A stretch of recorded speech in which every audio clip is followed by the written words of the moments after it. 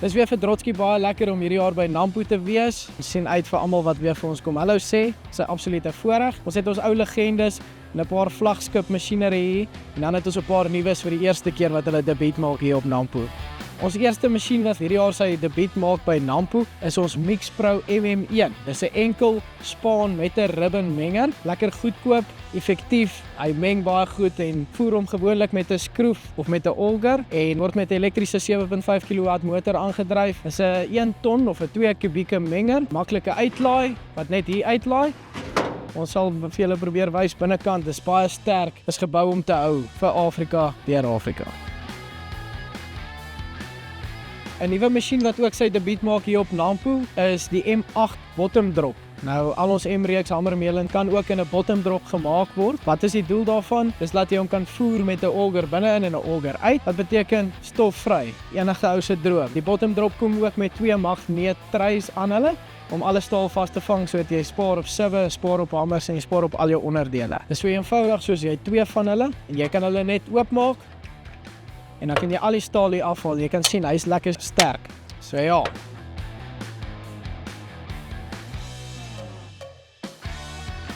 Nog 'n legende wat al vir jare saam met Drotsky loop in 'n moeilike jaar soos vanjaar met die oeste is ons stroper hamermeel. Dis 'n enkelry stroperkop wat gekoppel is aan jou hamermeel. Jy kan daai oes van jou red.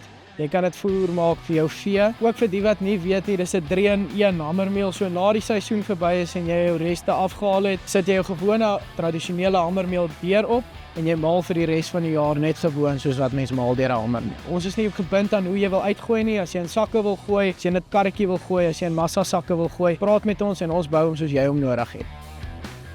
Nog 'n reus wat homself oor en oor bewys het, is ons M100 hamermeel. Hy vat 'n hele ronde bal, hy vat ook die big packs. Jy kan besluit, jy kan vir jou 'n ekstra addisionele konveier aansit. Hy voer homself, hy maal hom, jy gooi hom in 'n banker of waar jy hom ook al wil gooi. Verkieslik nie sakke nie want hy maal te vinnig daarvoor. Dis 'n baalbreker drom met teerkeerplate wat hier aan vasbou binne in die hamermeel.